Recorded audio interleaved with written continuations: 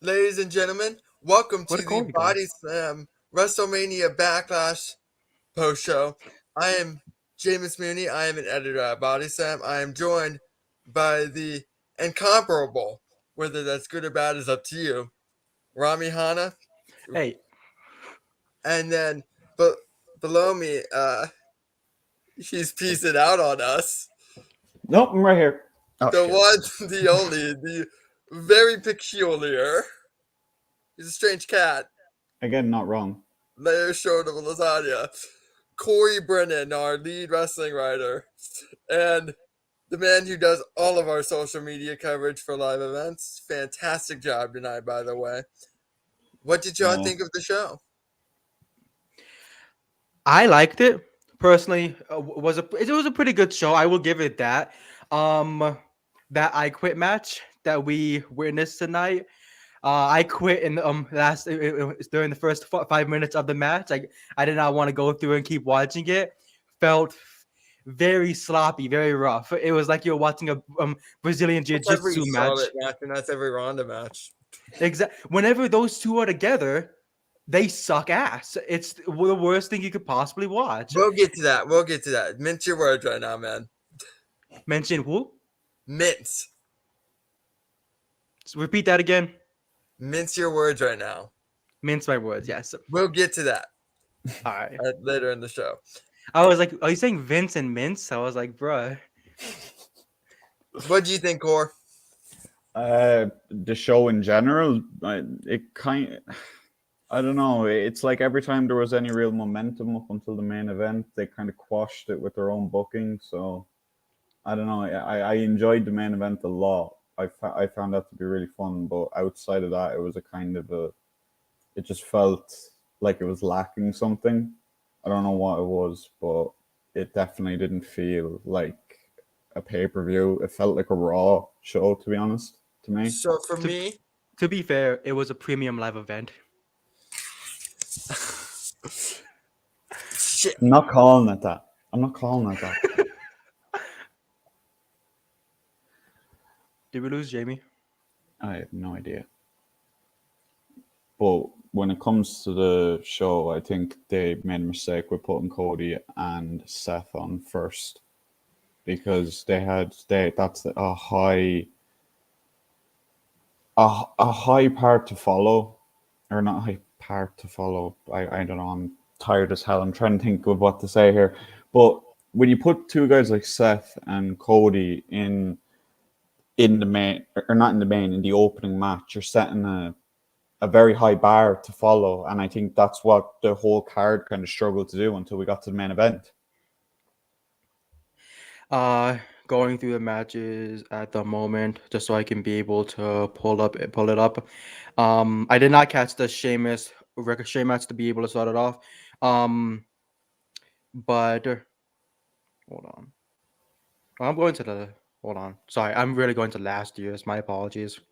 Yeah, I was about to say. I was like, wait a Ricochet. minute. No, sorry. Google's not helping me out here, and I don't know what Jamie is. I think James just fell back to produce, and I'm not sure. It was a good opener. I will give it that. It was a great opener, to be exact. I like the ending towards it, like the fact that Seth Rollins. But I'll put this out before I point out the ending.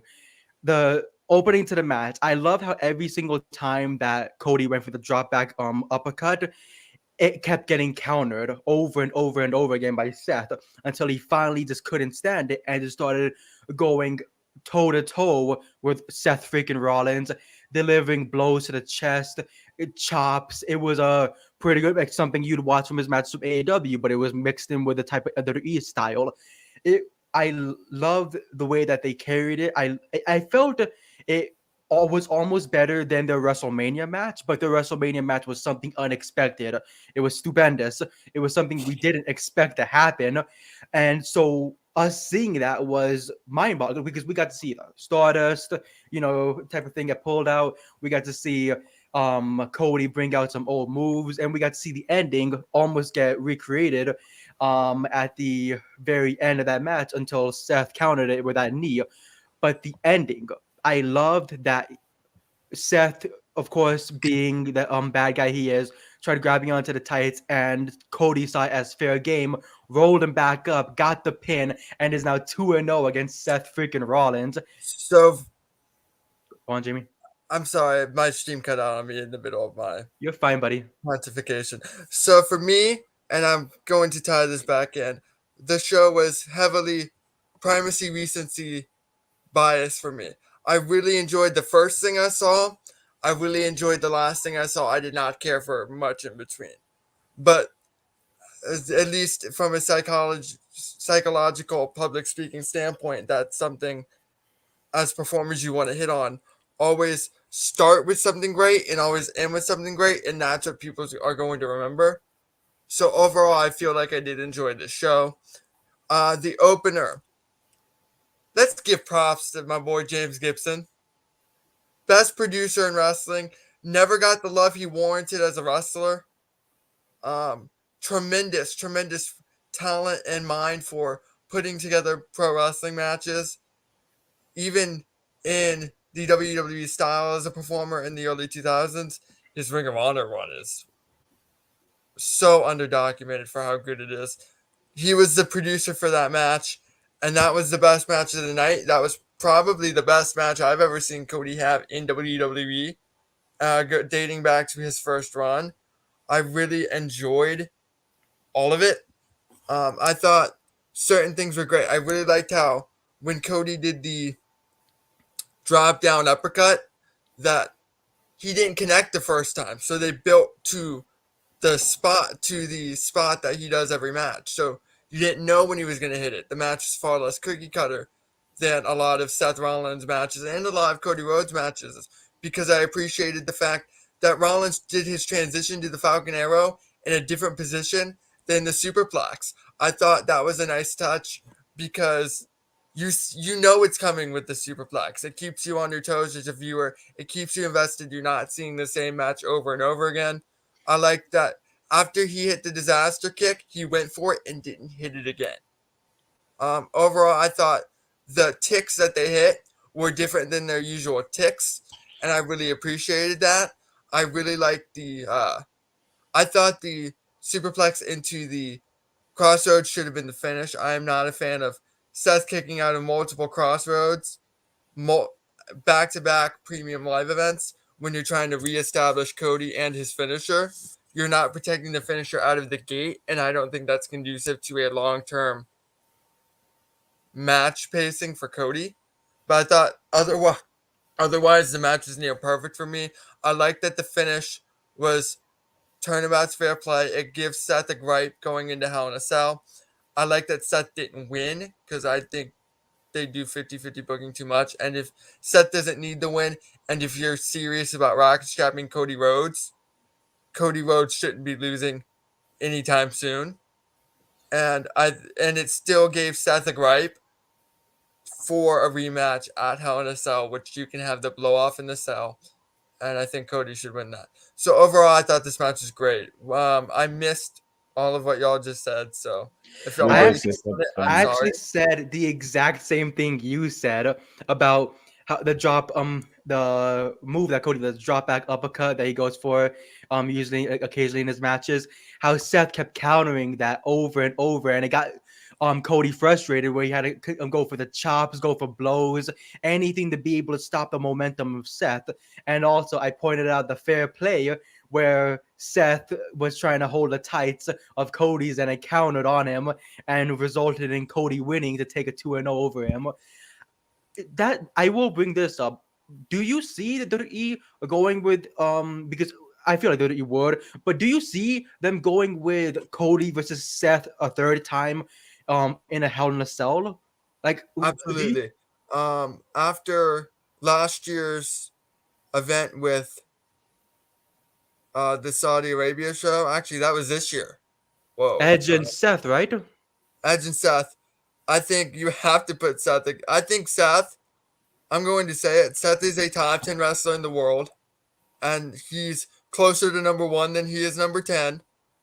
I think he's by far the best, most consistent talent that WWE has right now. But he might be the most underrated performer in the history of Hell in a Cell.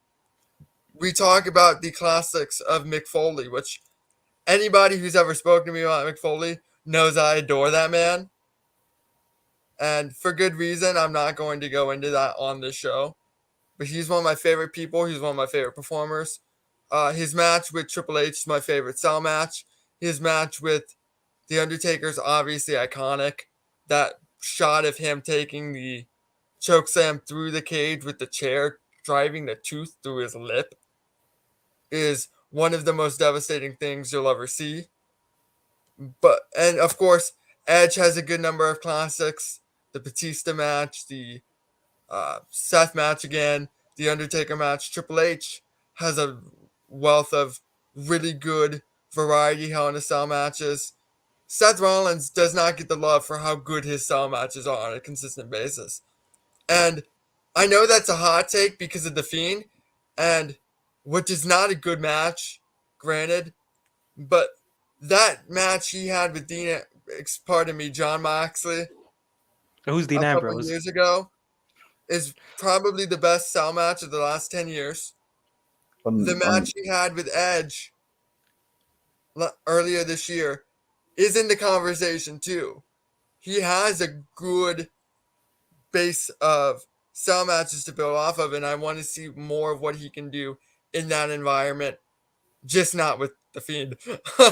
His Cell match with Kevin Owens also was a really good match as well, though. I forgot about that. That's a solid match too. That match is probably the best example because there's a couple of moments in that match where you see there's mistakes, but because Seth is such a professional, so consistent, there's small mistakes in that match. I remember at the time, like there was a spot where Kevin Owens came onto Seth's shoulders awkwardly, and KO nearly fell off his shoulders mid-spot, but Seth deadlifted him basically from the ground back up into buckle bomb position and threw him through a table. And I think that perfectly encapsulates what you're saying about Seth being a brilliant performer inside Hell in a Cell. And that, my friend, is what Bob Ross would call a happy accident. I'm not huge on botches in wrestling. I think a lot of them look bad, but I think a lot of them get an overabundance of flack because a lot of times I think they add to the match as long as the professionals recover, because it adds to the struggle in the sense, like that spot right there. I think that added to the match. But I would love to see Seth in that environment more. I think he excels in that environment, and I think you're going to have a big match every year from Raw and a big match from SmackDown. Unless you do Lynch Belair again, which I don't see them doing, I would be fine with it because Becky also has a great number of Cell matches. The Sasha Banks Cell match a couple years ago was incredible. It's one of my favorite Cell matches. And I don't think that match and its creativity gets the love it deserves either. But I don't want to see Becky Lynch in the title picture anytime soon. And the most marquee match other than that you can get out of the Cell from Raw is Seth Cody. And they've feuded long enough to where it's not exactly preposterous for them to be in the Cell. I don't think it's personal enough, but the SmackDown Women's Championship match tonight wasn't personal enough for an I Quit match, and that didn't stop them. So I'm not going to be angry at that. I think Drew versus Roman in the Cell is the obvious main event, but I think Cody's Seth is the other Cell match this year. I don't think Drew and Roman match in the Cell is really warranted. I understand why, but we all know what's going to happen. Even if it is, it's not going to be a clean finish, even though it's in Hell in a Cell. We'll know the Bloodline will somehow get involved. Heyman will somehow get involved. Something's going to happen that's not like. I don't see Drew winning that championship unless he wins it in the UK at the Cardiff pay-per-view.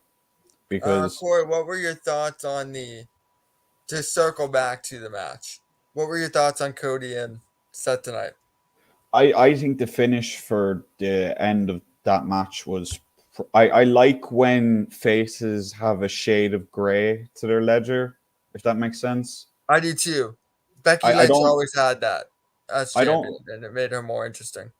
There's like I witness this every show I've covered lately with WWE. It's always on the commercial for WWE Evil, and Paul Heyman says it best. Do you find good guys entertaining? No, you don't. Being too good becomes stale.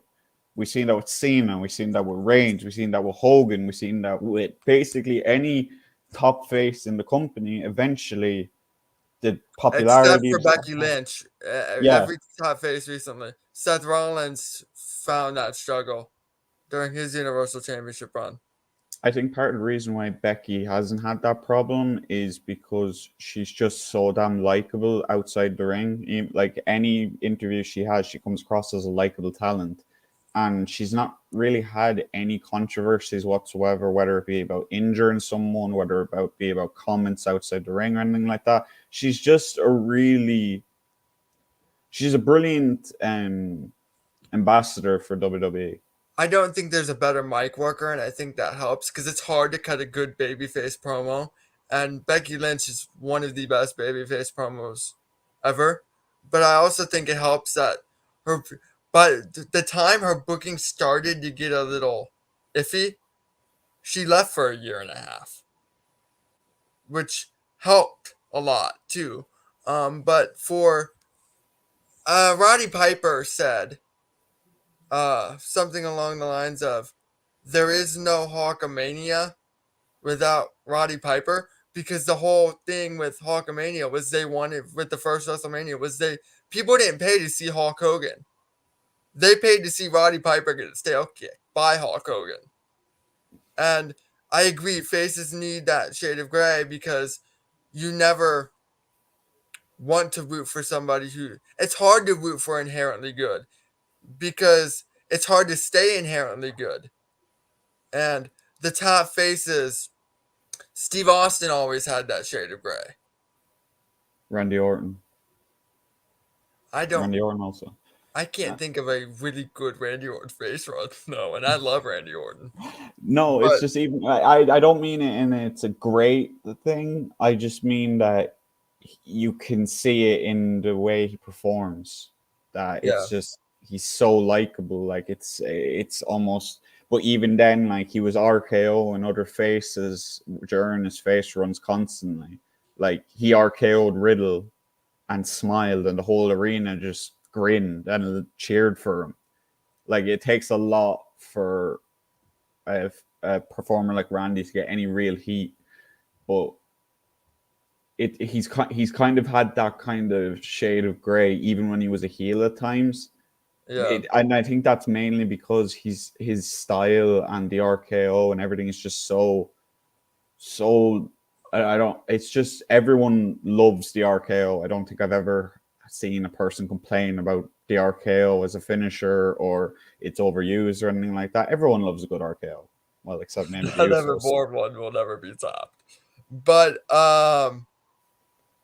so I think we're on agreement. That was probably match of the night from the sounds of it.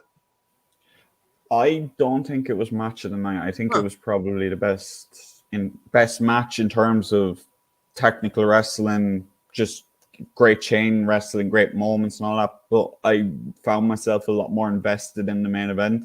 That's fair. But like when Orton caught Reigns with the RKO, they sold me. They sold me down the river. Yeah, I you were genuinely thought Orton was about to pin him. messenger freaking out. But because I genuinely was invested, and at the end of the day, I was a lot more invested in the main event than I was the Cody Seth match. But I feel like you said, if that match is in Hell in a Cell, I would be very much invested in that match solely because, one, we've never seen Cody. And wait, we have seen Cody in a Hell in a Cell match, haven't we? Yes, Legacy Against DX. Legacy. Very odd Hell in a Cell match. But this one, then, it would be his first singles one. It's after years of doing crazy matches on the independents. And we know Cody likes to bleed. Yeah, he also likes to jump off things, just like Seth. So that's a good... I hope he doesn't jump off the cell. Oh, no. No, guys, right? Hear me out. The one time Seth hits the Phoenix Splash, it's off the top of the Hell in a Cell. Oh, I wanted to hit on that because I thought about that because we were discussing that the other night, weren't we, Corey? How he Yeah, hasn't hit the Phoenix Splash since his independent days. yeah, I and love it's that they tease it. I love that they make it a big deal. His indie moves. He's only hit the paroxysm, which was his indie finisher, once or twice in WWE. He's only the only time I remember him doing Gods as a Gift, an independent signature move of his, was against Balor at SummerSlam for the Universal Championship. Like he makes those moves that people remember feel special, and I appreciate that. But eventually, he's going to have to hit the Phoenix Splash at a big spot so that it doesn't lose the novelty of is he going to hit it? Because I feel it already has. Like I just roll my eyes every time I see him miss it now. Because why is this character still going for that if he hasn't hit it in 10 years? it's a fun move and it's a fun spot to do though because Seth's just very like he's very athletically gifted. He not only in terms of wrestling but just as an athlete in general. Like everything he does is so smooth, and when he does try to hit the Phoenix Splash, it's not like he's landing on his face or on his back. Yeah, He's landing on his feet. the first time he did that after the injury in 2015, I Oh, was like, "Oh no, please don't blow up your knee again." I'm But pretty sure he did do it against Reigns in that Money in the Bank match, and he sold the knee. I think doing it. yeah. Which again, Seth's really good. To move on, the next match, I was actually surprised by how much I enjoyed it because I expected it to be a complete train wreck. Instead, it was just a train wreck. Was Omos and Bobby Lashley.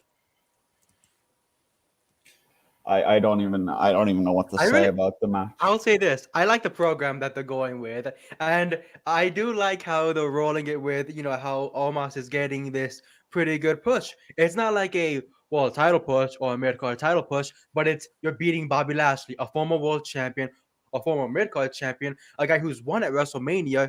How many times now? He's like a 4-time world champion if you Four count the times. ECW Can't reign. ECW, yeah. Yeah. Yeah, exactly. And to have MVP be that guy for Omos is good because I'm not trying to diss Omos's talking skills. I haven't watched a lot of it. His promo skills. They're not good. They probably aren't exactly. So having MVP, that guy who helped Bobby be able to promote himself, a guy who helped guys like Cedric and Shelton during the Hurt Business be able to bring themselves up as well.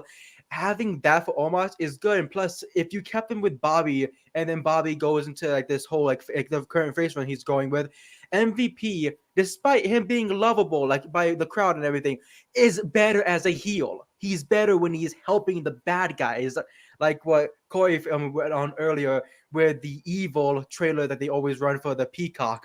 Do you like bad guys? Whatever it says, of course not. But I botched that. Thank you. But it's good to have bad guys, and it's good to have Bobby help Omos, and he has helped Omos. Both at Mania and tonight's match, they both have looked really good for themselves, and that's all because they're working their hardest to be able to put both men at not at the top of the main event because it'll be quite some time before Omos even reaches there, even if he does try to reach there.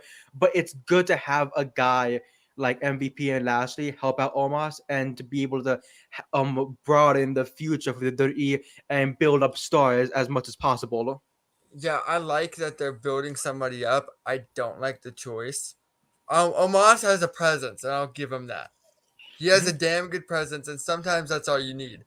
But oftentimes with somebody that big, it's just awkward for anybody to work with them. And it's harder for them to learn their craft because they're at such a disadvantage fundamentally. And I see that with Omos, and that's not a knock on Omos. I actually like Omos. I think he's very likable. I just have not been impressed by anything I've seen other than him chucking dudes around, which is why he was the perfect heavy for a weasel like AJ Styles. I thought the match was better than I was expecting, which it was a pretty low bar, and that's coming from a big Bobby Lashley fan. It's always impressive to see Lashley lift a man like that. I thought I trash WWE's camera work a lot, so I'm gonna give him some praise here. Credit where it's due. I loved the camera angle with MVP's interference at the end. I thought it hit it well. Heading into the spot, just really good stuff all around. Um, Other than that, I don't have much to say. I Bobby Lashley doesn't need MVP anymore. I think I think the whole point of putting Lashley with MVP was Lashley wasn't as comfortable as a promo as he is now, but I don't think that's why they put him with them. When they put him with MVP, he was in a cuck angle with Miro and Lana. Oh God, I Yeah, forgot don't about remind me that. about that. Reestablish him before you push him, and obviously they had plans to push him, and putting him with MVP immediately reestablished him. And I think that's why you put him with MVP, not necessarily the promo, because Bobby cut decent promos even when MVP was with him. Now MVP can help somebody uh, acclimate themselves to promos, because we know MVP is a good promo. Oh yeah, I think his work. that when it comes to almost, yeah, he needs MVP a lot more than Bobby does. But I think that the main issue that I had with that match was the finish. I understand why they went for it. They want to keep Lashley looking as a threat, and they want to make it more. I think, we might end up seeing those two in Hell in a Cell.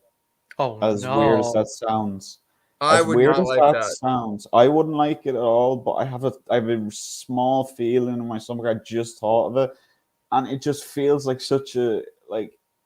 If you're gonna recreate old Cell matches or pay homages, and you're gonna destroy the Cell and break out of the Cell, why not do a callback from when Lashley broke the cage against Umaga? Or was it, who was it against? He broke the Yeah, It was cage. Umaga. It was a steel cage match on ECW. At the time, Vince was trying to get the belt off Lashley, so he created the stipulation that if he can't beat Bob Holly within 5 minutes in a cage, he would surrender and relinquish the championship to Bob Holly. Oh yeah. So he beats Bob Holly to a pulp. Umaga, who was his opponent like 2 weeks later at WrestleMania, surrounds the cage so he can't get out. So he jumps through the cage. The cage lands on Umaga and he hits the floor with like 10 seconds left. That's one of my favorite spots, like involving a like breaking a cage or a cell. Like there's Lashley looks so different. explosive doing it, and that helps too. They It time took this. You can kind of see if you watch it back because I've watched that spot a lot. It lives rent free in my brain, like a lot of wrestling spots. You can see that cage kind of breaks early yeah. on the bottom if you look at the bottom of it, but it's close enough to where you have to look for it, which helps. Like it isn't obvious that the cage breaks early. But this is the thing. This is the thing that I always that we were talking about with botches and stuff like that. When things like that happen and it doesn't look perfect, like it looks awkward. It doesn't look like it's been gimmicked. Basically, it looks like it's Wrestling, just pure accident, or it grounds a spot in reality. I feel when it doesn't wrestling look isn't ballet. smooth. Wrestling Yeah, shouldn't come across as this refined recital. no. Like It's you very need to have funny. it feel somewhat authentic, which is why depending as long as nobody gets hurt, I don't necessarily mind botches. Um, Depending on the botch. But yeah, that match was what it was going to be. I don't want to waste too much time on that match. I feel like we've already wasted a little too much time on it. The next match, a much better match than their WrestleMania match for me. I felt the pacing on the WrestleMania match wasn't bad. I just felt watching it in real time, the pacing was way off. It never kicked into that gear that it should have.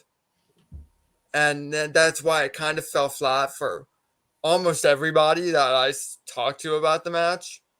Thought it fell flat. I thought this match was better, Edge versus AJ. I to be honest, I think they booked it beautifully. I think the entire match was perfect. I actually found Damian Priest coming down to the end of the ramp. I actually found that to be like, oh, look, I found a loophole in your contract. And that's what that felt like to me. And I actually liked that because ringside is just where he was gesturing to. And then the funniest part about all that to me when I was watching that match live was the referee in that match when Balor and Priest got into the ring. You It was could see her. Jessica Carr, wasn't it? Yeah, she just keeps going like this over them, and like she's just she starts bunny hopping She's as well. the best. She was brilliant. I found it hilarious, but it was really fun because she was clearly like just very animated, and I like when referees aren't just drones. Like the AEW referees all have they don't all have characters, but you know their names you know what kind of referee they're going to be. Like some of them were more likely to throw out heels at ringside and stuff like that. And I just think the more character you can give the third person in a ring, I think the better. So that was obviously fun. But in terms of the general match, like I said, I think they're building towards Priest and Edge against Balor and Styles, obviously. But that's a match that we could. I want Balor to join that stable because, first of all, as a face, we're talking Balor, Judgment Day, correct? Yeah, the stable is called Judgment Day. Now, I'm not very over the moon about the name. It feels a bit too Pay-per-view. not even it fits the gimmick, don't get me wrong. It just feels a bit cheesy, but the stable in itself, I find it to be a good idea. I especially found it to be a good idea the way that they did Rhea Ripley. Instead of her just randomly backstage just joining Edge, she jumps on the apron, pulls Styles down. She stood there with her hood up, just didn't even move after she did her running. And She's then got after, a perfect presence. Yeah. And then when the match cooled over or everything was done and Edge was just in the ring, she drops down onto one knee and bends the knee to Edge. And that's the thing that I really like about this stable. It's very clear that Edge is only in it for himself, but he's willing to drag these people in with him. Like a cult. So I think it's definitely interesting for Edge. It's a new thing for Edge, and I think he's doing well with the gimmick. It's just missing that something, and I think Rhea will really help with that because, like you said, Rhea has such a big presence, not only like in the ring, not only at ringside or anything like that, even on social media and things like that. It'll just help, I feel, the stable grow. I feel we discuss this every Monday. But for me, and I think you've gotten to the point where I think you told me, yeah, you're right on this. Correct me if I'm wrong, and I know you will. Oh yeah, but the Edge, I love the new music. I love the new look. I love the aesthetic of him on the throne. I love everything they've done, changed in Edge's presentation, except for the fact that Edge is cutting the same promo with the same cadence, with the same tick, with the same character, with the same style, with the same mannerisms that he has since he turned heel in 2005 every week. It does not fit that for me, and I hope someone like Rhea changes that aspect a little bit because right now it just feels like the rated R superstar going through a midlife crisis when he opens his mouth. One thing about that character that I do enjoy, and I don't know if you guys see it, but Beth Phoenix, anytime anything happens to do with Edge and this faction, it's brilliant. Not Rhea too, I think is what she tweeted earlier when that happened.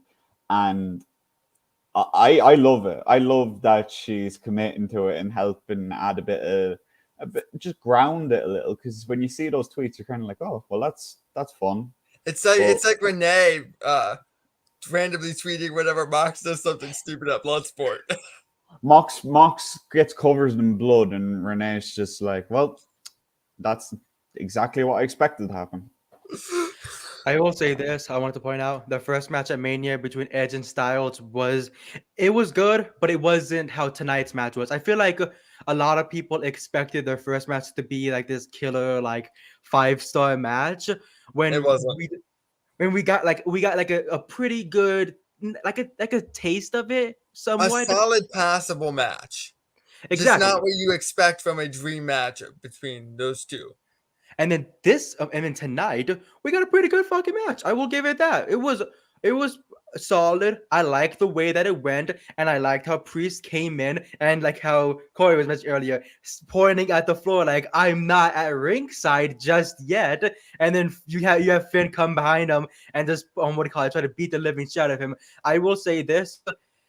I would like for the WWE, and I feel like the WWE will do this, book Judgment Day, of course, with Rhea Ripley against AJ and Finn with Liv Morgan to be able to set up a big 6-man tag and get all 6 of them with their feud going. It creates more star power, and it creates more fans enjoying the match because we get to see AJ, Finn, Edge, Priest, Ripley, Morgan. Everybody loves them. So to be able to get a match like that, I feel like it would give WWE a big boost for a match card in the future. So my takeaway from this match, and this is my takeaway from every AJ Styles match for the last 20 years. How good is AJ Styles? Very good. AJ Styles is so good that it's not. I think it was a case of when Edge and AJ were scheduled to face at Mania, or when Edge basically threw down that gauntlet, everyone wanted it to be AJ. Everyone was praying it would be AJ because obviously AJ had been in a team almost for the last, I don't even know how long they were a team for, but for a long time, AJ was just, like you said, a snivelly like heel who hid behind his heavy. Yeah, but then again tonight we've seen more flashes of it. I said it in my coverage, but the setup for the first Styles clash where he hung him up on the rope because his arm was hurt, that was one of my favorite spots of the night. The way he covered him while not hooking the leg and still selling the arm was great. That was stuff I was gonna hit on. Like, people have talked about how AJ's become mid, and I don't think it's fair because 20 years ago, you're not going to get the bangers he had with Paul London or Jerry Lynn 20 years ago. He's 45 years old. But you're still going to get the best match of the night or the second best match of the night every time he's out there. You're going to get the best psychological match of the night every time because he is a generational talent. And I don't think it's fair to go, he's become mid when he's better than every 45-year-old I've ever seen. I actually did not know he was 45 years old, and he may not be. I just threw a number out there. To me, that sounds about right. He is 44 years old. He turns 45 on June 2nd. So yeah, 45 years old. The fact that people are saying AJ and mid in the same sentence that's crap. How could we say that when he's almost about to be 45 and he's still putting on stellar matches?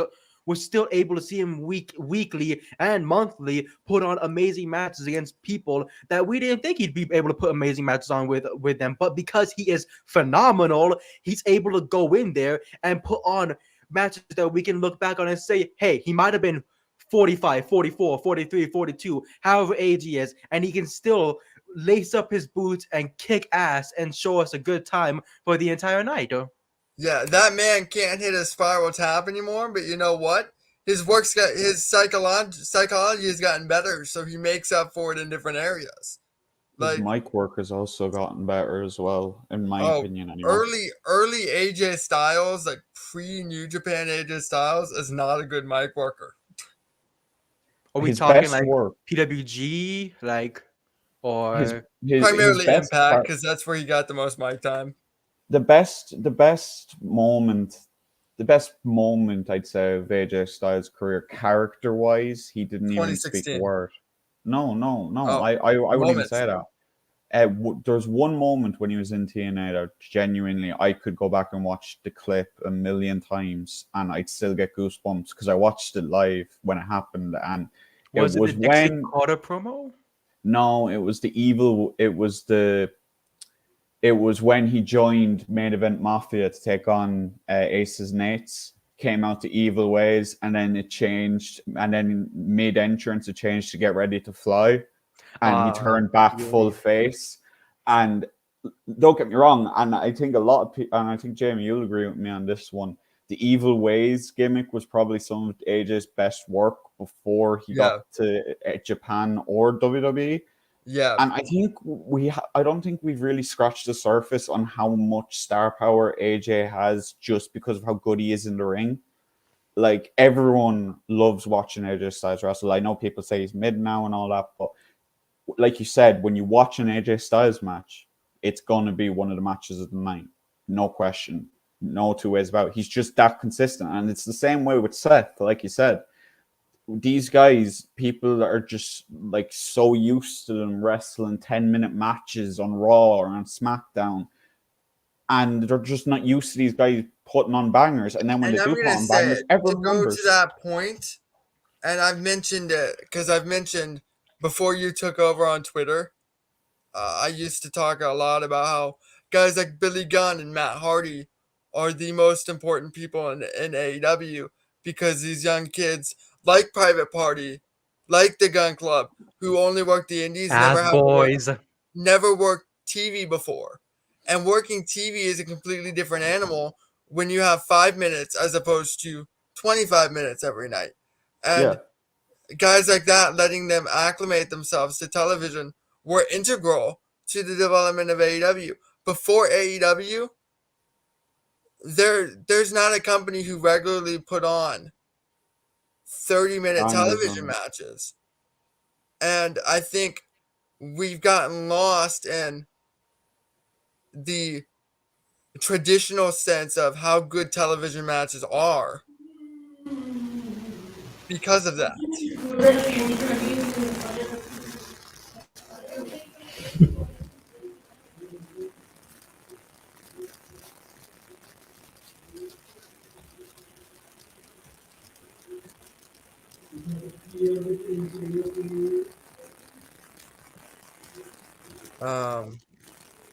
Rami, I think you might need to mute your mic for a second.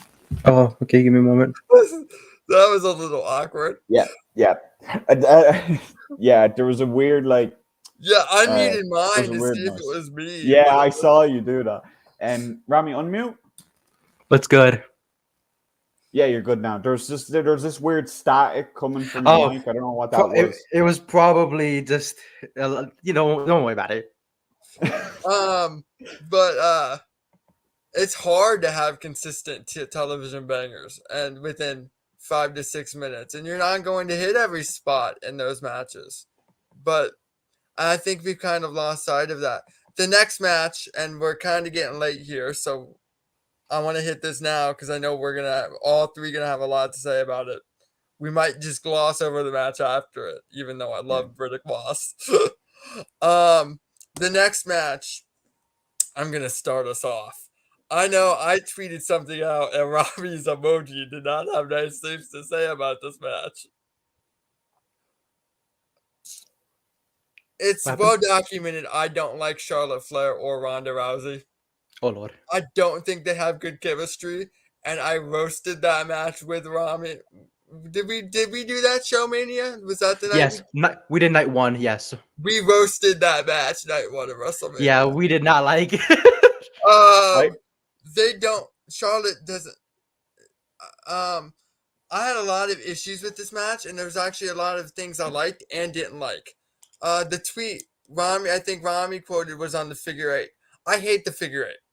I hate a lot of Charlotte's offense. I've always hated Charlotte's offense, but the figure eight is by far the most egregious move in wrestling because it looks very tacky.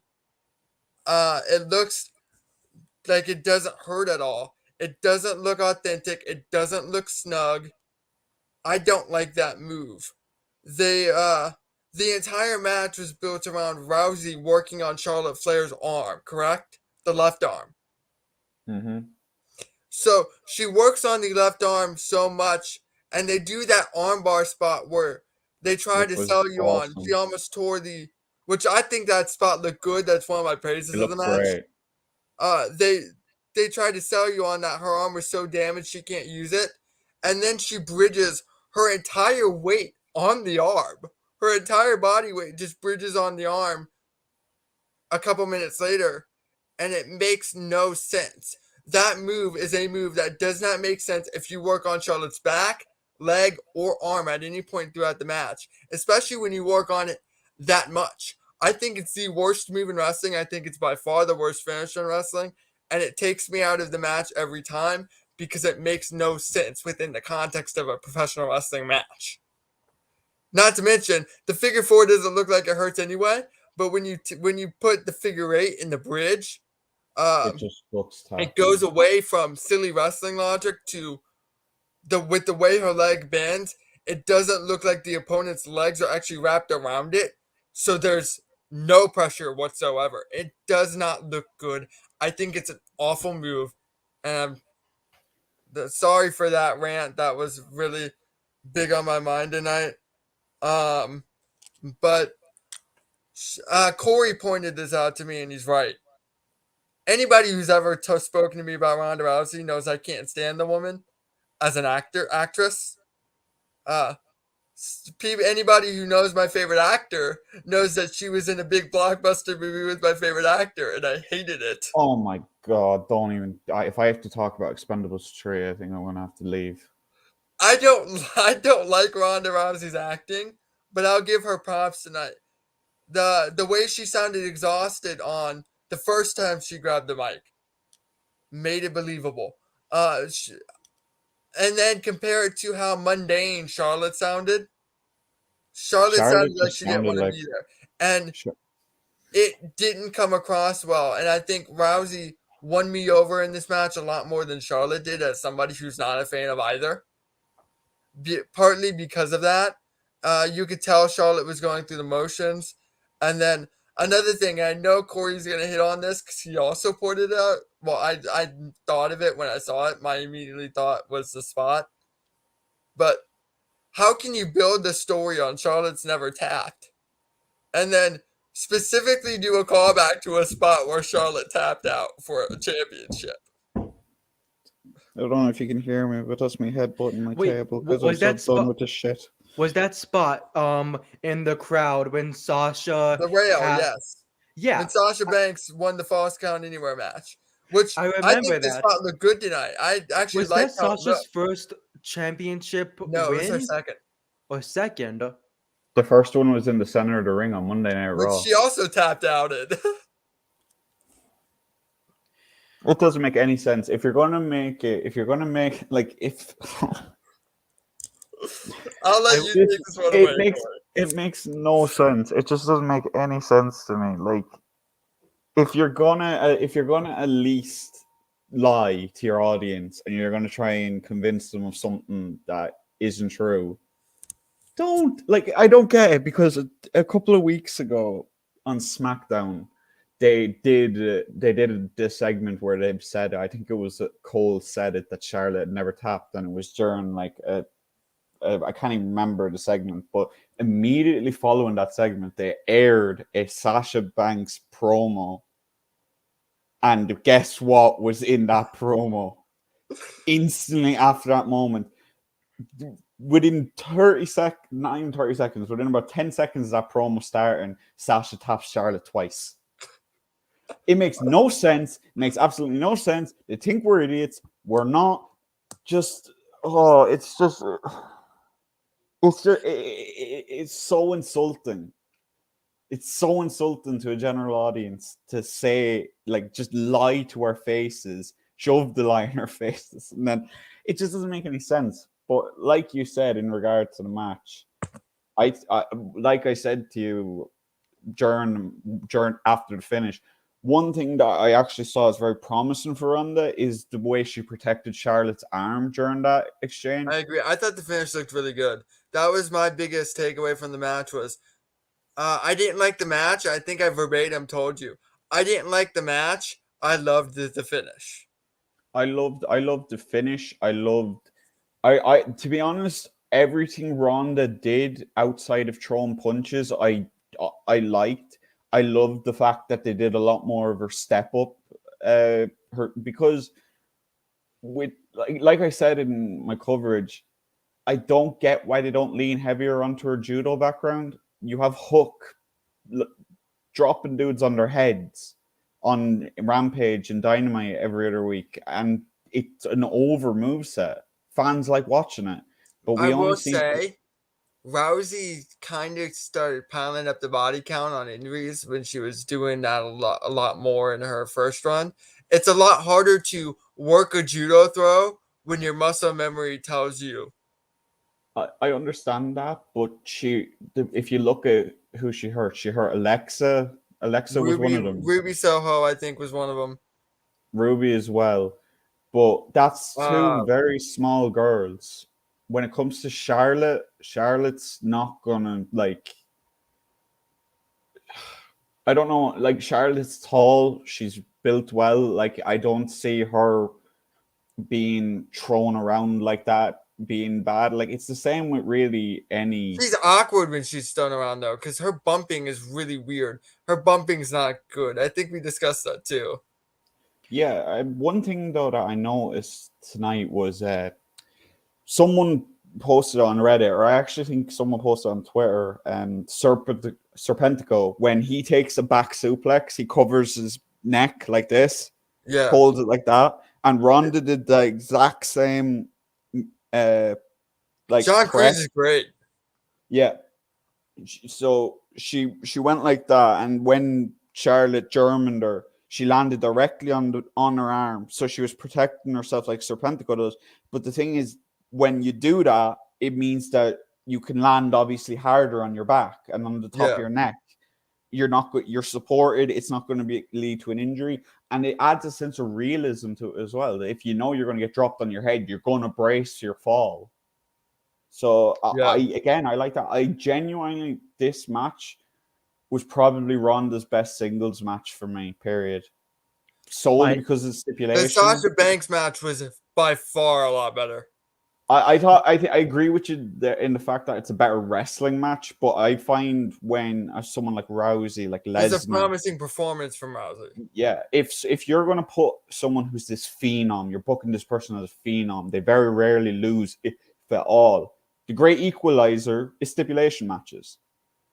Give the person who isn't as skilled a weapon in their hands, and then suddenly it becomes believable that they might win. Like in the lead up to WrestleMania 32, Dean Ambrose, Brock Lesnar. Some people actually thought, me included, that Ambrose could possibly win because it was a stipulation match. And I think you're just a Moxley stan. No, but like you get what I mean, though. I do. When you have a phenom like Rousey, you're booking her like a monster. She's throwing people around, she's tapping people out, she's breaking arms, doing whatever the hell she wants, basically.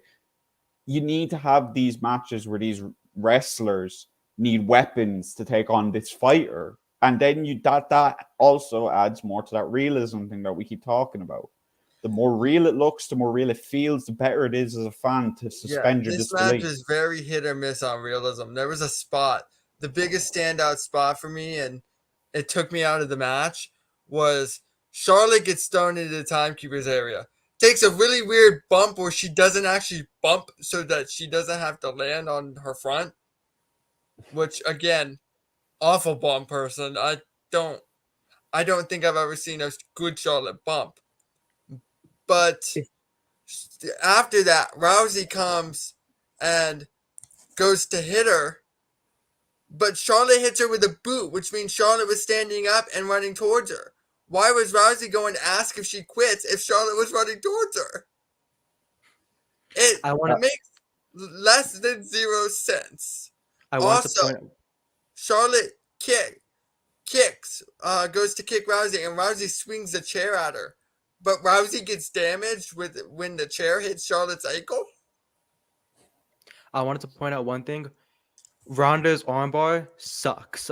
I cannot stand it. I'm probably the many few people who hate it, but whenever she does it, I've watched plenty of jiu-jitsu and MMA fights, tournaments, all that.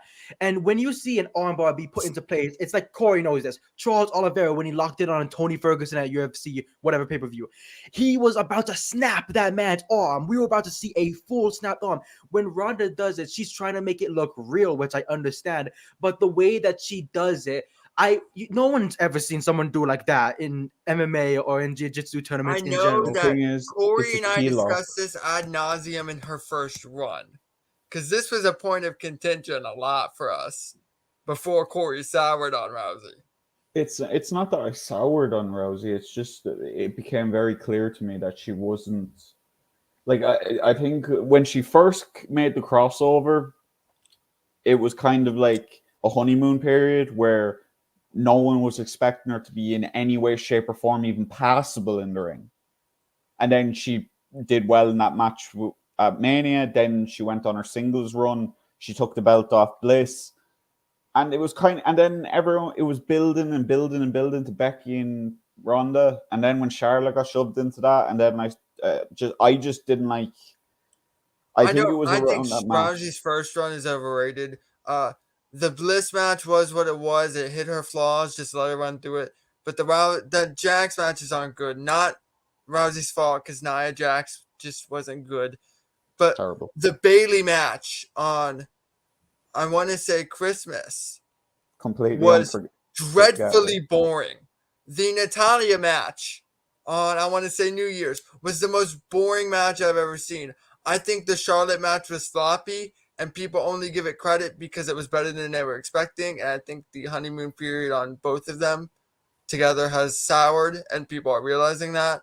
Outside of the Banks match, which was really good, and the first match, which was really good, but again, that's Triple H and Kurt Angle. They're not going to have a bad match, and they knew what ticks to hit. They knew what flaws to hide. She didn't really have a memorable classic match. I don't think her first run was good at all, but I remember in her first run, we would argue a lot about how bad the armbar looks. And Corey always made a great point that if she applied a legitimate armbar, she would legitimately snap everybody's arm, and you can't have her do that. But at that point, and this was always my counter argument, don't have her finisher be an armbar. Let the finisher be a Piper spit. The problem with that though is everyone knows her for one reason: fighting. What's the one thing everyone knows her for? The armbar. She armbarred everyone. That's how she won every single MMA fight she fought, except Betch Correa. But no one cares about Betch Correa. We were talking about that the other day too. No, just. Poor But Betch. one thing about Ronda, and this is the part this is what really made me sour on her. This is what really pissed me off. It's the fact that she is, how long would you say her runs combined have been now? What would it be, about 2 years roughly? Year and a half on TV. She's been face for most of that time. Briefly tweener with the Charlotte Becky feud. I don't even know why they did that. And since she returned, she's been a babyface, and not a single heel has turned and said, "Well, you lost in UFC. How are you going to beat me?" It's such a simple way to get heat against someone Holly against her. Holmes beating your face in. Like, I don't get it. Amanda Nunes is a great fighter, but she's not a top of the line UFC fighter anymore. I'm sorry, but there is I'm shocked you know that. There is no reason. There is absolutely no reason why a heel would not do that. Like, Alexa didn't do it. Becky Stephanie Lynch did it on do Twitter, and Rousey got offended by it. It's stupid. It's so dumb. If you're going to be a wrestler, you can't just pick and choose what people get to use to try and garner a reaction. Yeah, there's certain things, obviously, we don't like to see. There's a lot the three of us could talk on a Ronda Rousey podcast. Yeah, which none of it would be positive. but we're an hour into this post show and we still got 2 matches to get through. So let's put Yeah. a pin in that conversation. The next match. My boy Riddick Moss getting the pay-per-view win. That's things I like to see. I love my boy Riddick Moss. But there wasn't much to talk home about overall in this match. He got the I win. will say That's- this: it's been entertaining. I like Corbin's matches. I don't know if how you guys feel about Corbin. I like Baron Corbin more than the average person too. But I don't love him. I don't think love there's him. not a memorable Baron Corbin match. My issue with There's- Baron Corbin is I'm going to tell a story, okay? I have a bunch of Baron Corbin stories and Corey loves them, but it's not one of the ones he likes. I don't even think I've told him this story. The one that I like is still the best because it's just a Baron Corbin story. But like I can imagine The exactly grocery what store you, one? I can just imagine. I can hear the sigh that you told me about. I can hear him just going. I'll tell you that story later, Robbie. I'll probably tell it on a future podcast. But I went to a house show right before the pandemic. And on the show was Roman Reigns versus Baron Corbin. I looked at the person I was with and I said, I'm going to call this match move for move. And let's see how I do. I did not miss a single move. Every move I said was the next move, and I did not get one wrong. That I can believe that because his matches are just always the same. Roman Reigns at the time, this was pre-heel turn. He was very cookie cutter as well. He's not now, but he was back then. If I can call, I like Baron Corbin, but if I can call your matches move for move, how am I ever going to get invested in any match? Natalia's the same way. That's my gripe with Natalia. I don't think good workers have the same matches every time out. No, you know how I feel about Natalia as well, Jamie. We've had arguments about Natalia before because I genuinely think she's the most overrated women's wrestler. We've had arguments about that. I agree. Other than Trish Stratus, I don't think there's a more overrated women's wrestler ever than Natalia. I think her going down to NXT to feud with Cora Jade is a terrible idea. I don't agree with it whatsoever. That's for a different podcast. Yeah, different podcasts. But back to Corbin and Madcap Moss. Moss was all this match was to do was just to. I don't think it's going to be the end of the program, which is a shame because it was a filler match. That's what it was. He won via roll up. Was it a roll up? I don't know. I didn't even see the finish. Sunset flip roll up. Yeah, well, he got the win. Like you said, Corbin's matches are kind of always the same. And one thing that I will say that really not even upsets me, but frustrates me with Corbin, he probably has the best signature finisher combo for a big guy. Oh, End of days and and deep six. End of days and deep six are both amazing moves. I love how he hits both. I love how end of days is very. He's explosive. I love his slide out, slide back in move. I don't like that he does it 3 times a match every week. I don't like that he doesn't have any kind of ring gear whatsoever. He just wears whatever the hell he wants. Hey, those button-ups he wears, I would rock them any day of the week. Those look every week beautiful. That doesn't surprise me. Hey, pump the brake, Speed Racer. Speed Racer, that's more innovative than the name I called Robbie earlier. Calm down. Oh my God. This is what happens when you get 3 dudes who really like talking into post show. We talk about everything and everything. So I was at a bar the other day. And, what were you doing in a bar? Story for a different time. But I was talking to this guy, and he's like, and he just kept going, I like this kid. Give me another drink. And he just kept drinking. And the bartender looked at me and said, I need you here every night. Because they're selling me a bunch of drinks. And I'm like, I know you really have become a Sheamus stan over the last few days, but you don't need to be going around to pubs trying to fucking find them, Jamie. Hey, I've always been a Sheamus stan. As long as you've known me, it's just now become a meme. No. Can't. No. But that's someone who should have been on tonight's card, to be honest. The main event. I have a lot to say about the main event. I know you two do as well. Who wants? Actually, I'll start it off. So, I thought this match was laid out perfectly. It's one of the best 6-man I've ever seen. I still don't like that it was a 6-man for the main event of a pay-per-view. I think that putting all of your champions in a 6-man is lazy. But regardless, the match was really good. There's certain spots. I'm wearing a Drew McIntyre shirt. I've been a Corey can attest to this. I've been a Drew McIntyre stan since before his first release. Yeah.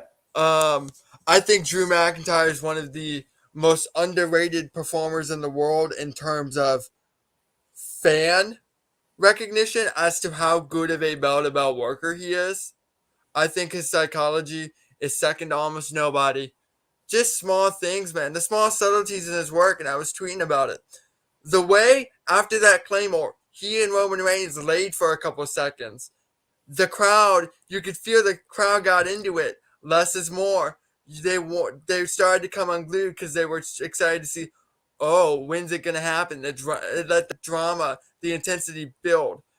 No, the moment Roman Reigns tagged himself in, miscalculated on Matt Riddle's hot tag, just the sheer intensity of Drew McIntyre staring him down is why Drew McIntyre is one of the best performers in wrestling today. It's a bit corny, and I said this to you as well before, while the entrances were actually happening. I didn't like the sword at first. I thought it was a bit like, you're never going to use it. But you see, with the sword, is if you have a sword, why wouldn't you chop people's head off with it? Yeah, but see, I didn't like the sword, and then he cut the rope at WrestleMania, and I was like, "That's what I'm talking about. It's dumb, it's fun. It shouldn't work, but I like it. I think there's an intensity that Drew McIntyre brings that no other wrestler in the world brings, and that's an important aspect of professional wrestling. Corey, there's 2 wrestlers, and both of them I'm going to tie in, that I always go to as my 2 greatest in-ring performers of all time. Who are they? Because you should know this. Shawn Michaels. Who? Bret Hart and Shawn Michaels. No, not Shawn Michaels. Really? I'm surprised you got that wrong. Trips? Kurt Angle. Oh. Do you know how much I talk about Kurt Angle and break down his work? Come on, man. Not as much as the other 2. I didn't know that. I genuinely don't remember ever having a conversation with Kurt Angle with you, bar whenever he appeared. So there are 2 wrestlers. I'm gonna have to. Yeah. Maybe it was Nick, because I talk about that with Nick and Trent a lot. You'll get that right later. Now I have stuff to show you. So, Bret Hart, greatest of all time at making things look authentic, feel legit, and a great friend of the show, his name's Joel, was in my Twitter replies. Great friend, his actual name on Twitter is great friend of the show Joel McIntyre. He's great guy, great friend of all of our Bodyslam shows. He tweeted, I know FTR and Punk get most of the credit, and deservedly so, but you can also see how much Drew studies Bret Hart's work. And I said something to a friend of mine. I love Dax Harwood. If you've listened to any of my, like the Ring of Honor post show, I talked about how I think he's the most underrated wrestler on the planet right now. I love CM Punk. I am a huge CM Punk mark. I am over the fact that every single thing they do, Twitter takes as a Bret Hart tribute, even though not everything they do are Bret Hart tributes. Like, they do a lot of them, but not everything is. The wrestlers that tribute Bret Hart subtly, there are 2 of them that I've noticed for years. A lot, well before Dax and CM Punk. Drew McIntyre and Becky Lynch. And that's a great tweet, because I replied, his match pacing is very Bret Hart-esque. Bret Hart had the best match pacing of anybody I've seen. Bret Hart always looked like he got gassed toward the end of the match, but he never was gassed. He always knew exactly when to check that tired box, and he progressively got more tired throughout the match. His body, the way he sold, if you go back to, let's just throw a match out there. Owen Brett at WrestleMania 10's gotten a lot of Twitter love. So let's use that match. If you go to Bret Hart versus Owen Hart at WrestleMania 10, late in the match, he has Owen in the sharpshooter. But because he's so tired, he can't hold on. Owen doesn't break the sharpshooter. Owen gets to the ropes and Bret falls over onto his hip. And then later that night, he wrestles Yokozuna. He doesn't wrestle a normal Bret Hart match. He wrestles a tired Bret Hart match. Like, the pacing just makes sense. Drew McIntyre has similar pacing, which I wanted to point out. But I also tweeted, you can see his Bret mannerisms and his moves. For example, when he does a suplex, he throws his feet up in the air. That there are 3 people I've seen do that. Dynamite Kid, Chris Benoit, who directly emulated the Dynamite Kid, and Bret Hart. So I think it was a Stampede Wrestling thing, because Bret and Tom Billington. But Drew's always done that. That's straight from Bret Hart. The way he kicks up his legs on a suplex. The original tweet was about how he hits the turnbuckle. I tweeted out that I love the way McIntyre hits the buckle. The jump he does always looks good when he's whipped hard, and it makes it look more explosive. He's so good at the small subtleties that work for a guy his size. I'm ready for another Drew run. Bret didn't do that when he would hit sternum first, which is what the famous thing is. But Bret would always kind of jump, throw his feet up when he hit back first, and then fall onto his knees. When he hit back first. He hit sternum first a lot more, which is why people don't remember the back first bumps as much. But that's another Bret Hart thing. Like, I think we've had conversations about like that exact thing, like being Irish whipped into a corner and selling it. A lot of people go slow more than I do. So maybe that's why I pick up on these things other people don't really pick up on with Drew. But the other name I mentioned, Kurt Angle. Kurt Angle is, the moment he does anything, you believe it because he is that intense. The intensity is a big part of professional wrestling, and there's not a more intense performer, and this is why he's easily the top 2 performers of all time, is you believe in everything he does because of his presence and the way he carries himself. Drew McIntyre reminds me of that in that sense, of the way he carries himself, his presence, his intensity, and the way he just carries himself. For example, Royal Rumble when he won. The way he stared a hole into Brock Lesnar did more for Drew McIntyre than any move Drew McIntyre could do. And Drew McIntyre is a great athlete who has a very well-versed arsenal. But just the way he looks at somebody does so much for him.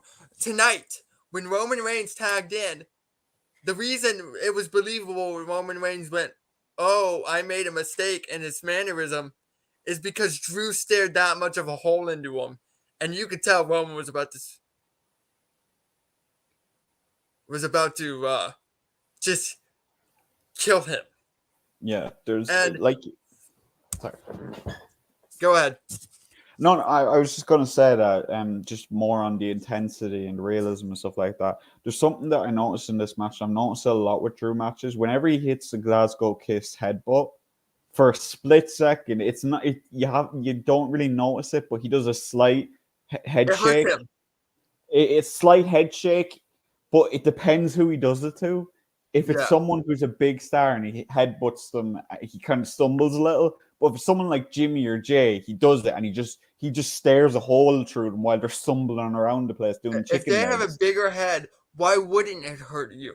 Exactly. You're exerting all of your force into their head, and it's 2 hard heads colliding. It's going to hurt both. It's going to hurt the one that has the more force going into it more, but it's going to rattle you a little bit, even as the one delivering the move. I like that. That's a great little thing that Drew McIntyre does. There is not a wrestler in the world today that does more little things that add to their work than Drew McIntyre. And I think it's time we start putting respect on Drew McIntyre's name as one of the absolute best professional wrestlers in the world. his entrance also helps with his intensity as well. I typed that out to you while he was doing his entrance, but it's the build to his. It's everything about Drew. Everything about Drew draws you in He's to the him total as a package. star, because when he comes out, that like everyone, I remember when he first debuted the team he uses now, everyone was like, "Oh, where's Broken Dreams? We miss Broken Dreams." But I do Broken miss Broken Dreams, Dreams. Wouldn't fit this character, but it I do doesn't. miss It not at all. I think his current theme, and I think when there's a moment when he walks out onto the stage before he lifts the sword, and you can see him doing these big deep breaths, pumping himself up, and then when the music kind of hits its peak, he lifts the sword, the pyro comes out, and when he did that tonight, it's one of the loudest pops I've heard for him.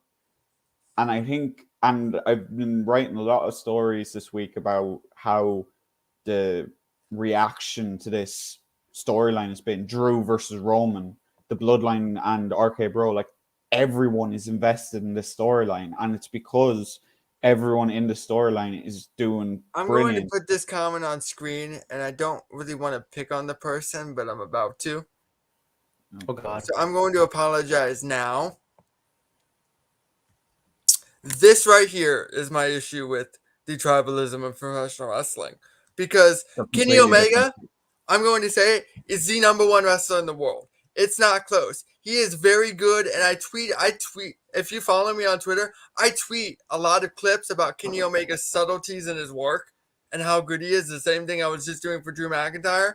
But if I say Drew McIntyre, it's time to start putting respect of him as one of the best wrestlers in the world. Doesn't mean that. There's no reason to bring up Kenny Omega. Like, what does that have to do with anything? We shouldn't have to tear down one wrestler to praise another. You're right. I wanted to bring up something that you brought up in They're the two beginning completely different workers, by the way. for the main event that you brought up about it being a 6-man tag. I liked it being a 6-man tag because if they were going to do this winner takes all tag team match, I did not want it to be a WrestleMania Backlash at a premium live event. I feel like it should be at a pay-per-view where we get that hype, we get that bigness. I don't know if it should happen at Hell in a Cell match, but you can go down that road and set that up, and then we can also get Drew versus Roman. But the thing is, I don't see Drew winning the championship until they go to what's the event? Cardiff. Yeah. If they're able to go there. But when does that happen? September? When Also, I'm going to, speaking of Roman Reigns, before I forget, I'm going to praise a lot of the subtleties Roman Reigns did tonight. Because there was a spot in the match. I hate this spot, and it's every wrestler across every promotion for like 10 years now does this spot where when somebody's diving on the outside of the ring, they stand there and they take it. Kenny Omega does a really good job at not doing that and finding ways to fill time. So does El Phantasmo. Those guys have good subtleties in their work. I'll always go back to the little things.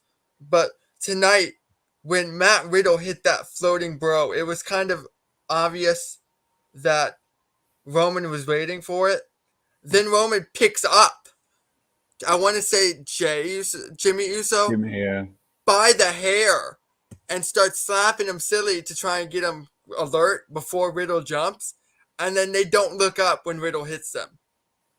Yeah. So instead of just waiting for Matt Riddle to do the move, he found a way to incorporate the guy standing next to him and make it look legit while still being able to safely catch Matt Riddle.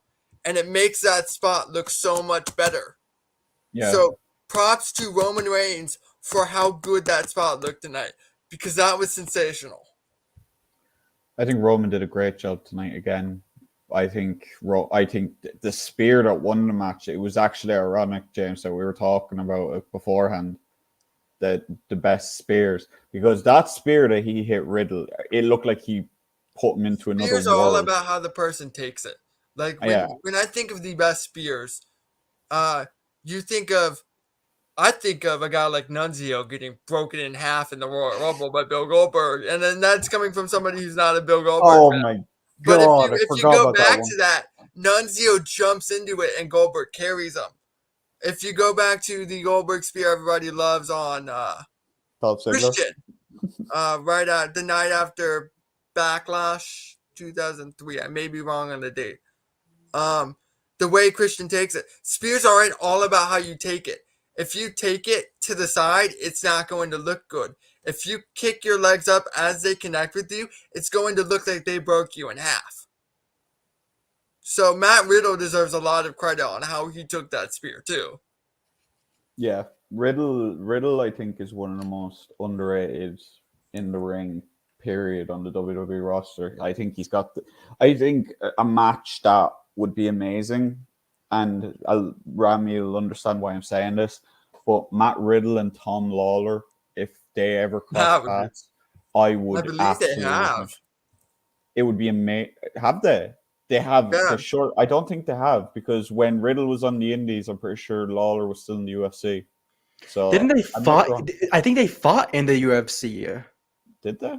They had a I match. don't- They absolutely had a match because they wrestled at MLW Never Say Die in Okay, well, I'm gonna have to 2017. watch. Well, And they I also kinda- did a Beyond match, I believe, around the same time period for one of the one of the tournaments, because Beyond does a lot of the tournaments. I believe it was the Darkest Timeline tournament. So Yeah. they've had at least 2 solo matches, and of course, I know they were on the Indies together because the Filthy Bros were a tag team in Oh, Beyond as well in 2018. okay. Well, I'm an idiot then, because I'm supposed to be an MMA and a wrestling writer, and I didn't know any of that.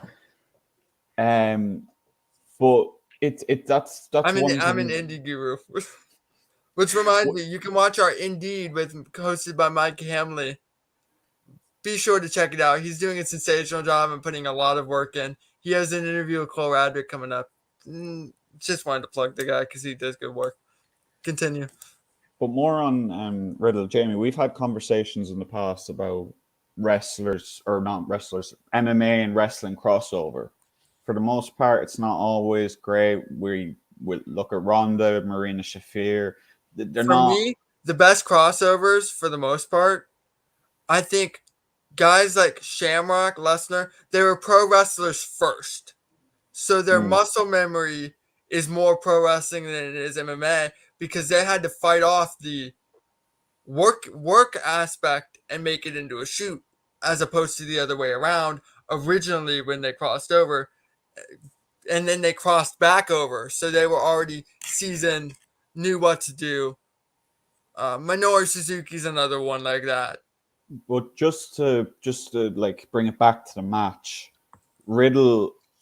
I thought Riddle was actually the unsung hero in this match. He had a lot of high impact spots that he needed that helped build the crowd up, and taking the pin doesn't really hurt him. Matt Riddle's was tailor made for professional wrestling, especially since his character, the pin doesn't hurt his character.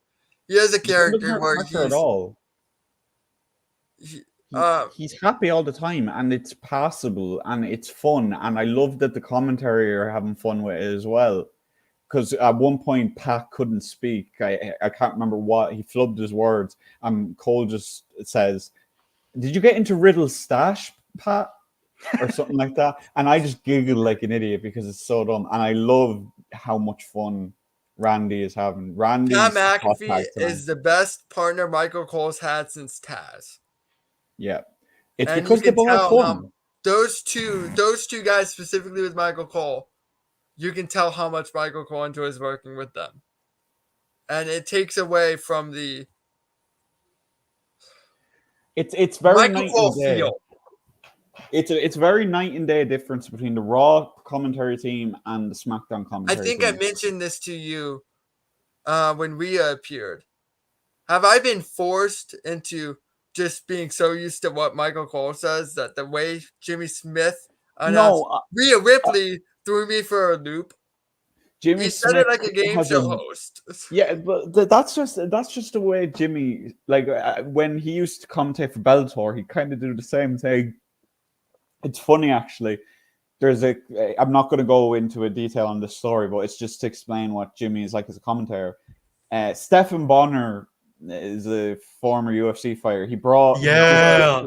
there was this big over gimmicky pro wrestling style thing that they did at Bellator one day where Stephen Bonner basically brought a dude in and was like, this guy, you threw him in the trash. The guy he was fighting, I can't remember the details of it, but it was just all pro wrestling. And your man had a hood on, took his hood off, and Jimmy Smith said his name basically the same way he said it tonight. So I don't know if it's just Michael Cole for you, but Jimmy, it's not unusual. The cadence Jimmy of it felt weird for the moment. I guess is what I was trying to say. I was wondering because I don't like a lot of Michael Cole's calls on stuff like that. Could it be? It is. Oh my! It sounds like I don't like it. It sounds like he's a brawling buddy. It sounds like he's a brawling buddy, and you're pressing him, and that's his catchphrase. It's just a soundbite. It's better. It's better than his 2000 sound bites when he would say "not this way" on every clean heel victory. But while we're on that topic, early 2000s, Eddie cheated. Oh, that's Taz's best call. I love that call because it encapsulates everything that is Eddie Guerrero and why people love him. The Eddie cheated, and Taz isn't surprised, but he's a little taken aback. Yeah. I just hate, and I'm going to throw this comment up here. This is exactly what it is. Every Michael Cole call is manufactured. I agree with that. That's a fair statement. I think Michael Cole is a good announcer, but he sounds manufactured. He doesn't sound like genuine, and I don't necessarily think that's his fault when somebody's screaming in his ear. Doesn't help that he's partially deaf as well. But, and I like Michael Cole, but I like that Jimmy Smith didn't sound manufactured. I just thought it came across a little odd. I think with Cole, the big thing with Cole is he's having fun now. He's having fun with his calls. You can hear it in his voice. You can tell just by how much he's laughing on broadcast now. I love this version of Michael Cole. I constantly am praising him and McAfee because they add a completely different thing to the broadcast when it's a fun conversation. They're laughing, they're joking. And probably one of my favorite calls that Cole did tonight was when Orton got the hot tag and he said, I haven't done this in a while. And you could hear him getting giddy. And Graves just turned around and was like, oh, I'm not going to step on your toes, Cole. You can say it. You can do it. And he did the vintage Orton thing, but he did it with a laugh. So it doesn't feel manufactured. It feels like he's it doesn't sound like he's saying into the drop zone every time Finn Balor kicks somebody in the corner. Or reading a script as Shane McMahon is lying crippled on the floor. For the love of mankind. Somebody just put that in the comments. Yep. That's yeah. So I'm going to throw another really random reference out there because this comment is pretty much showed something for me.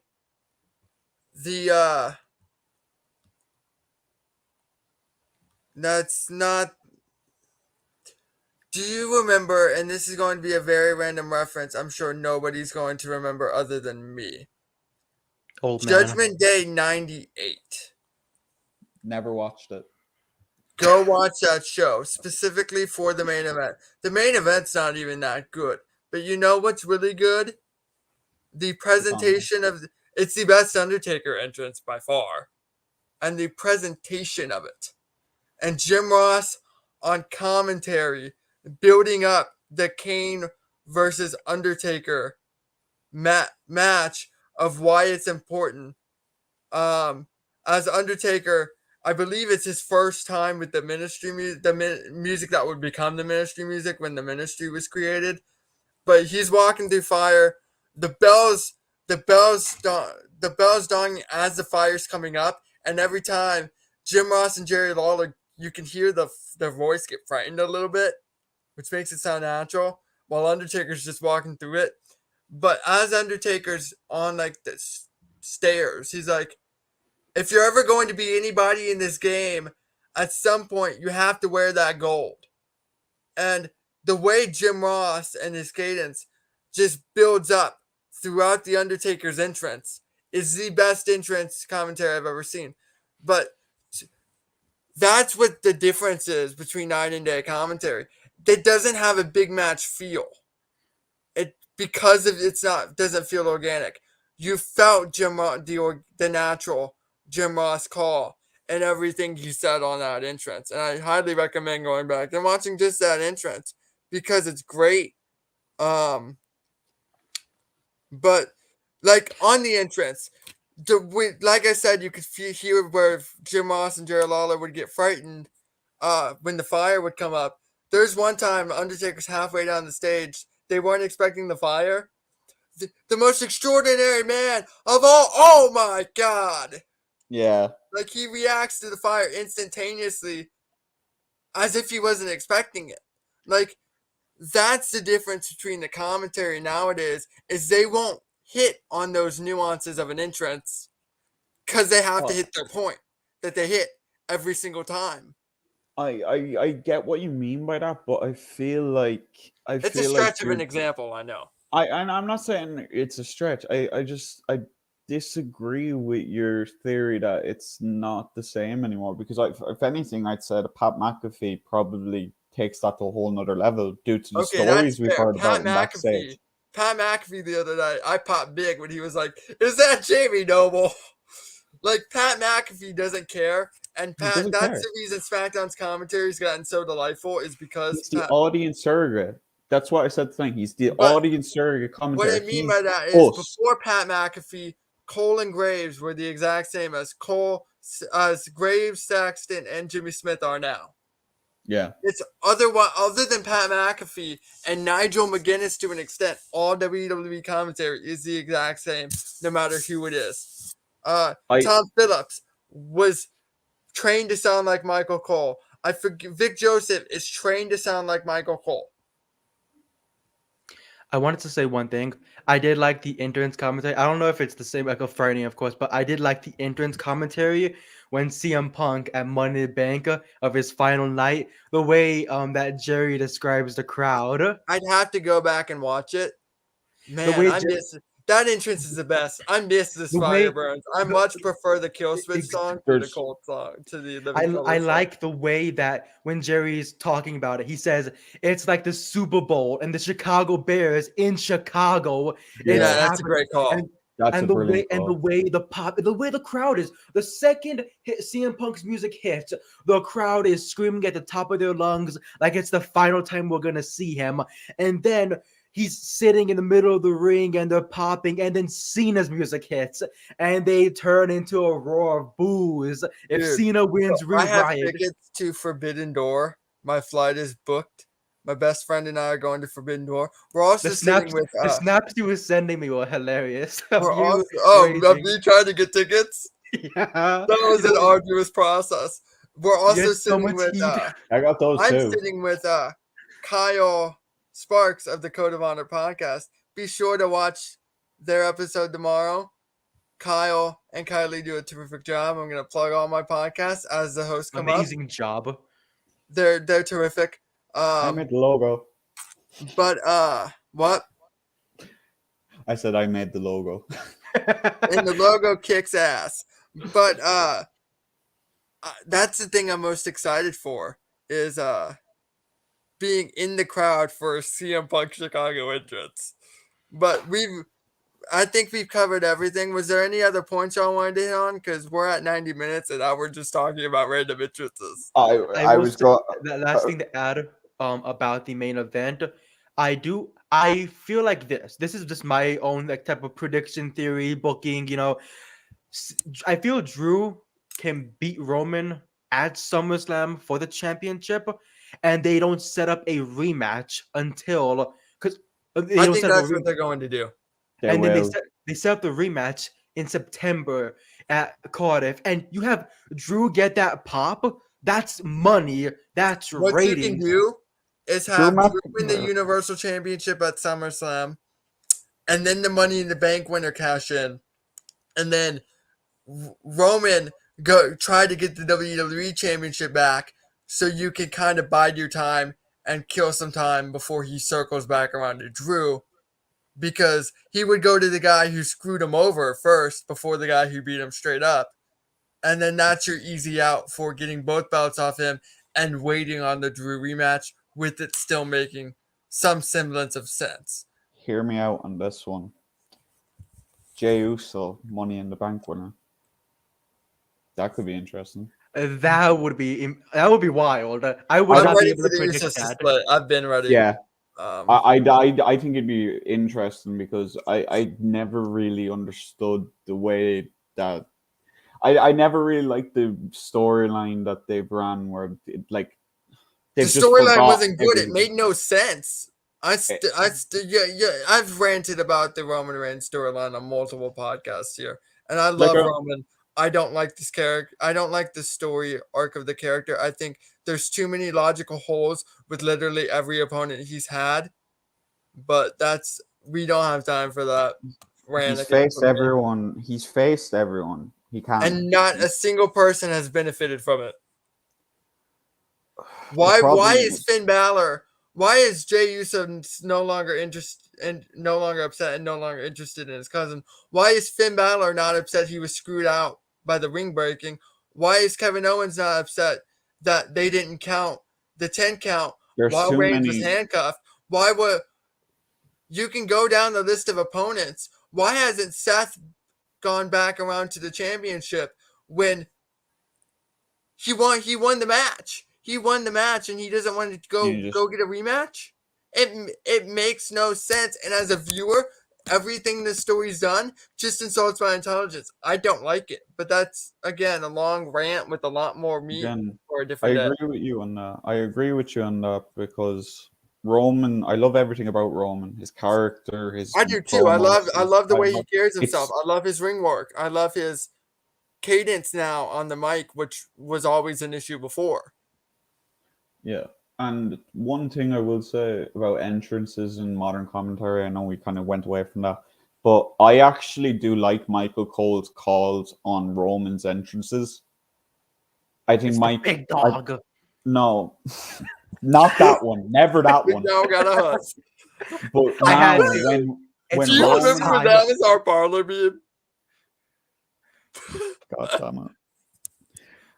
But I just mean you were saying that that JR and King and Lawler made matches feel big fight feel. I think Cole did a good job of that tonight because Graves was kind of I don't even know. Graves was kind of off in that match, but I felt Cole and McAfee helped. Graves hasn't been Graves in 4 years. I think he's the most overrated commentator right now, living off reputation. But again, thank you. Yeah. Different rant for a different day. I'm pretty sure both of you agree with me anyway. Yeah. Yes, I do. Rami, where can we find you? Plug your stuff. On Twitter at Who Else But Rami. You can find me there for all my tweets about the most random bogus things. I was tweeting about hockey today. Didn't understand a thing about it, but it was good. Hockey, sit with me. Which, by the way, I'm tweeting a lot about hockey right now. I'm from Tampa Bay. I'm a Nikita Kucherov stan. So if you like the Lightning, follow me. Anyway, continue. But yes, you can follow me on Twitter at Who Else But Rami, where you can find all my stories for Bodyslam.net. You can find all my random tweets and my Twitch streams. Everything you can find is right there. Follow it. Plug. Corey, Mr. Extremist, our sensational, our fabulous, incredible graphic designer. Gonna give him a big Where can we find you? Cheek. I'm honestly so tired, or not so tired. I'm so wired after doing this post show and watching that pay-per-view that I'm probably going to do a couple of designs, to be honest. You should probably watch that entrance from Judgment Day 98. If I had the WWE Network, I might, but Peacock. It's still WWE Network over here. Oh, really? Oh. You guys are Peacock. I'm still got the OG. Well, not Yeah, because I can Peacock afford it. has suits. We win.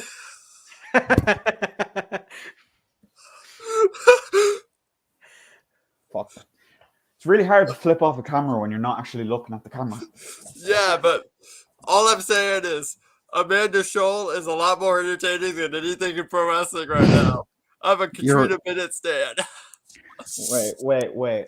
Hold on. I might have something here that I don't. Screwdriver will do. Bonk.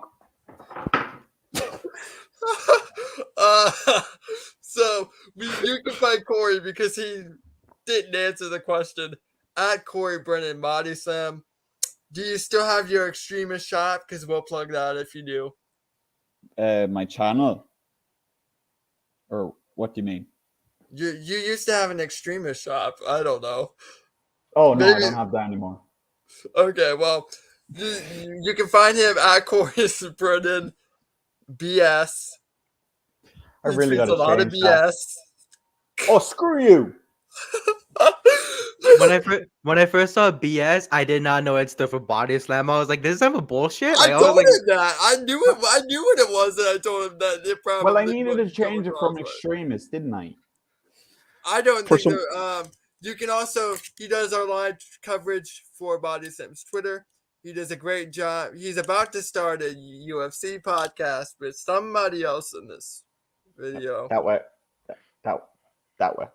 That guy. That way. this guy. Be sure to follow him. He does a phenomenal job. As for me, Amazing. oh, he is our lead wrestling writer too. So if you like the influx of news we've gotten, go give him a follow. He's kind of earned it. I'll never admit Kind of that he's earned it. fully Kind of earned it. How many stories have you wrote recently, Jamie? Hey, I'm Exactly. the editor here. I have to review your stuff. Really? Because you haven't reviewed any of my shit, and you know you haven't in a long ass time. So don't you dare. I got told I can publish my work, so I make sure my stuff looks beautiful. I still review it. Cass said it's my work now. I glance over everything. I'm an editor at Bodyslam. I cover news for Bodyslam. I produce some of our podcasts. I have a lot of podcasts coming up, so I'm very excited for that. Busy man. You can see my interviews I've done with talent on Bodyslam's YouTube channel. Specifically, my New Japan series was really good. Follow him on Letterboxd as well. Follow me on Letterboxd. Yeah, follow me on Letterboxd if you want to see me review. You would a make bunch him of- plug his letterbox. Hey, he mentioned it. If you want to see me review old Betty Davis movies, follow me on Letterboxd. It's good. I like it. But other than that, I've covered sports for 7 years. Right now, I'm focused specifically on the Tampa Bay Rays beat, and it's baseball season. So follow. Go Dodgers. Hey, man, I miss Freddie Freeman. Well, I'm going I to miss check out Craig this Campbell conversation. too. I miss Kenley Jensen, but hey, I'm a Yeah. Braves fan, so I miss Kenley with a passion. Even though he White doesn't miss Sox. a lot of games. What'd but you say? Or White Sox. you're Okay, a White Sox. Oh yeah, you are a White Listen, Sox. I can forgot about respect. that. I can respect the White Sox. Red Sox, I would have to block you. We wouldn't be friends if he was a Red Sox fan. But Nasty.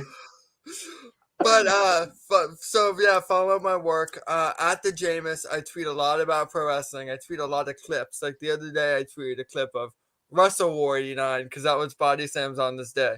Which, for those who don't know, I don't think I've ever publicly said that I choose all of the on this days. So, of course, I would clip it if I had a clip. The commentary is tremendous on that. I love the duo Jim Ross and Bob Cottle. Sorry, Jim Ross is the GOAT. But yeah, follow me on social media. Follow Bodyslam on social media. All social media platforms, Bodyslam.net. We have a lot of really good podcasts. T and Tights, Andy and Dan do terrific. Code of Honor, the OC boys do a great job. The Jabroni podcast. I put a tweet out today going up and down our whole group of people on the Bodyslam account. And then I forgot some people and I felt bad. So let me go ahead and give those people plugs because I do feel bad that I left people out of those 3 tweets. The push people do a tremendous job. We need to give them a bigger push because they've earned it. Dom, who did our first podcast with Cass, is terrific. Just in general, we have a lot of good people. Anissa Barr, somebody I forgot. She's starting to really get into our podcasting, and she has some really cool projects coming up that are soon to be announced, and you won't want to miss the project she's going to announce. So, good work to her too. I love our team. I don't know why I'm pontificating right now. It's too sweet. Anyway, you can buy Bodyslam merch at Bodyslam.net if you want to support some really good, sensational content creators like Rami, Corey, or anybody else at the side, or some pretty mediocre ones like the Jameus. My favorite. Can I Everybody's do one favorite. thing before we end? I've always wanted to do this. What in the hell? See you next week. See you in hell. On that note, I nailed that, right? let's ring the bell.